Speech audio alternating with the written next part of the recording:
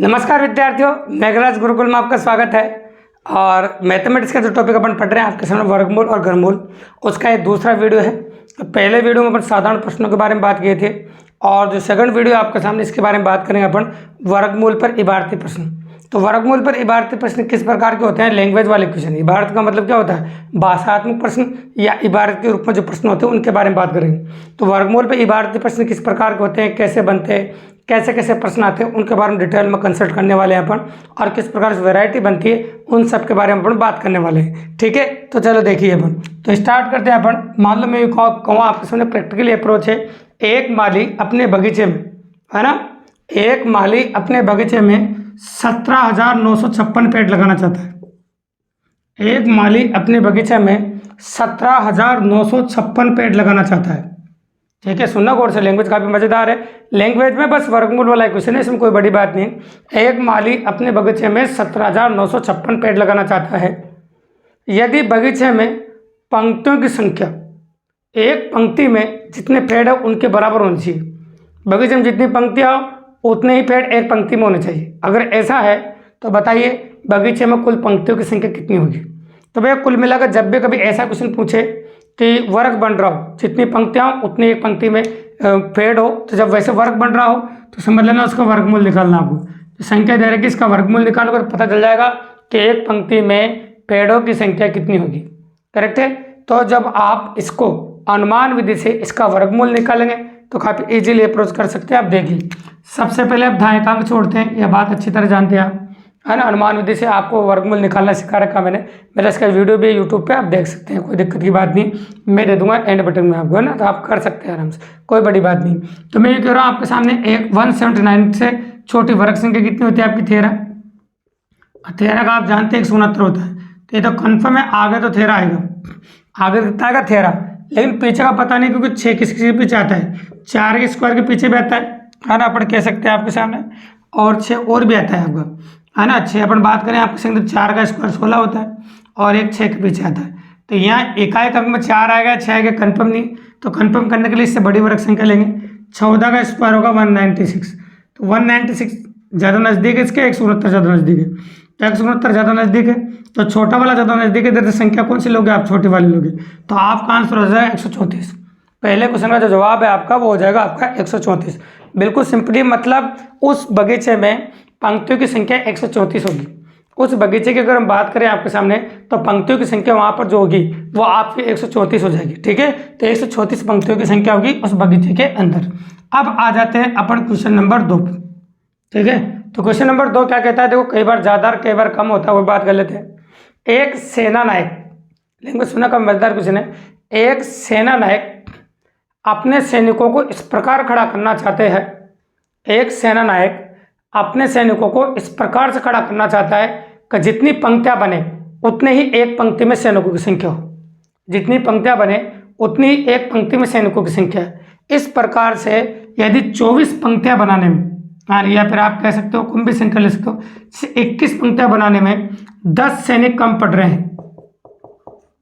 21 पंक्तियां बनाने में 10 सैनिक कम पड़ रहे हैं, ऐसा कह सकते हैं पर 10 सैनिक कम पड़ रहे हैं। तो सैनिकों की कुल संख्या उसके पास कितनी, ये बतानी है आपको। ठीक है, तो आप जानते हैं 21 की 21 पंक्तियां बनानी है, तो पहले आपको 21 का स्क्वायर निकालना पड़ेगा। तो 21 का स्क्वायर कितना हो जाएगा आपको? 441। मतलब उसको 21 की 21 पंक्तियां बनाने के लिए 441 सैनिक चाहिए, लेकिन उसको 10 सैनिक कम पड़ रहे हैं। तो कम पड़े तो हम माइनस कर देते। देखो, तो माइनस करो 10 तो कितना गया? 431। अतः उस सेना नायक के पास 431 सैनिक है। उस सेना नायक के पास कितने? 431 सैनिक है, जो कि बिल्कुल सिंपली कर दिया अपन ने, काफ़ी इजीली अप्रोच कर दिया। तो इस प्रकार से अपन ने कह दिया उस सेना नायक के पास 431 सैनिक है। ठीक है, और आगे सुनिए आप क्वेश्चन नंबर 3। ये कम वाला था, अब अधिक वाला देखो। एक मोहल्ला है, उसमें प्रत्येक मोहल्ले में एक मोहल्ला है जिसमें प्रत्येक मकान में आपको एक मकान में 30 लड्डू देने हैं। एक मोहल्ला है जिसमें प्रत्येक मकान में आपको 30 लड्डू देने हैं। सुनना गौर से, एक मोहल्ला है जिसमें प्रत्येक मकान में आपको 30 लड्डू देना है, और वहां पर जो घर है उनकी संख्या भी 30 है। एक घर में 30 लड्डू देना है और घरों की संख्या भी 30 है। मतलब एक घर में उतने ही लड्डू देने हैं जितने घरों की संख्या है। तो घर की संख्या कितनी? 30। अतः एक घर में कितने लड्डू देने पड़ेंगे? 30। ये सब देने के बाद उसके बाद 20 लड्डू बच जाते हैं। तो बताओ उस कंपनी के पास या उस व्यक्ति के पास लड्डू की संख्या कितनी थी। तो आप जानते 30 घर और एक जने को 30 लड्डू देना हो, तो 30 गुणा 30 कितना हो जाएगा आपका 900, और 20 लड्डू बच रहा है तो टोटल लड्डू की संख्या कितनी होगी 920। अतः उसके पास टोटल 920 लड्डू थे। ऐसे विभाग थे क्वेश्चन है, लैंग्वेज वाले क्वेश्चन। तो अतः उसके पास टोटल 920 लड्डू थे। ठीक है, तो काफ़ी मज़ेदार बात है और काफ़ी प्रैक्टिकली बात है। अब सुनेगा, देखो किसी संख्या के वर्ग में 51 का वर्ग जोड़ने पर 15,826 प्राप्त होता है। ऐसे कह सकते हैं अपन 15,826 प्राप्त होता है। तो माना वह संख्या 1 से, तो x के वर्ग में 51 का वर्ग जोड़ने पर 15,826 प्राप्त होता है। तो वह संख्या ज्ञात कीजिए। लैंग्वेज में बोला है, सिंपल सी बात है, वर्ग वाला क्वेश्चन है, तो इसमें x का मान आपको फाइंड करना है। तो पहले तो आपको 51 का स्क्वायर निकालना है, और 51 का स्क्वायर जब आ जाएगा तो उधर जाके उसमें से घटाना है। ठीक है, तो 51 का स्क्वायर मतलब 51 को से गुणा करना है। तो 51 एकम 51 हासिल 5, और 51 को आपको 5 बार गुणा करना है। तो 5 बार गुणा करोगे तो 155 आ जाएगा, और 155 को आपने किया था 5 जोड़ो तो क्या हो जाएगा 160। तो इस प्रकार से आप चाहो तो गुणा भी कर सकते हैं, कोई बड़ी बात नहीं, अगर इस प्रकार से लिख दो आप तो 1 आ जाएगा, है ना। हासिल कितना लग जाएगा 51 एकम का हासिल 5, फिर 51 पंजा कितना होगा आपका 155, है ना, क्योंकि मतलब 255 सॉरी कह सकते हैं अपन, 51 पंजा 255, और 255 और 5 260, ये 26 से 1 हो जाएगा।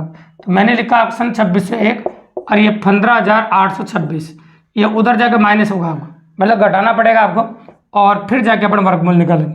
तो उधर जाके घटा दीजिए आप, जैसे 6 में से 1 गया कितना आ जाएगा 5, और इधर जा 10, 10 में से 2 गया कितना आ जाएगा 8, नहीं इधर से घटाएगा अपन, इस प्रैक्टिकली अप्रोच इधर से घटा देंगे अपन। 6 में से 1 गया कितना 5 हो जाएगा, और 2 में से 0 नहीं जाएगा, है ना, 2 में से 0 चला जाएगा, दे दीजिए। अब देखिए 8 में से 6 गया कितना आ गया 2 आपका, है ना, इस प्रकार से कर सकते हैं। और 15 में से जो 2 जाएगा आपका 3 आ जाएगा, है ना, और ये इस प्रकार से जो 1 है आपका वो इजीली इस प्रकार से रह जाएगा। तो 13,225 हो जाएगा आपको।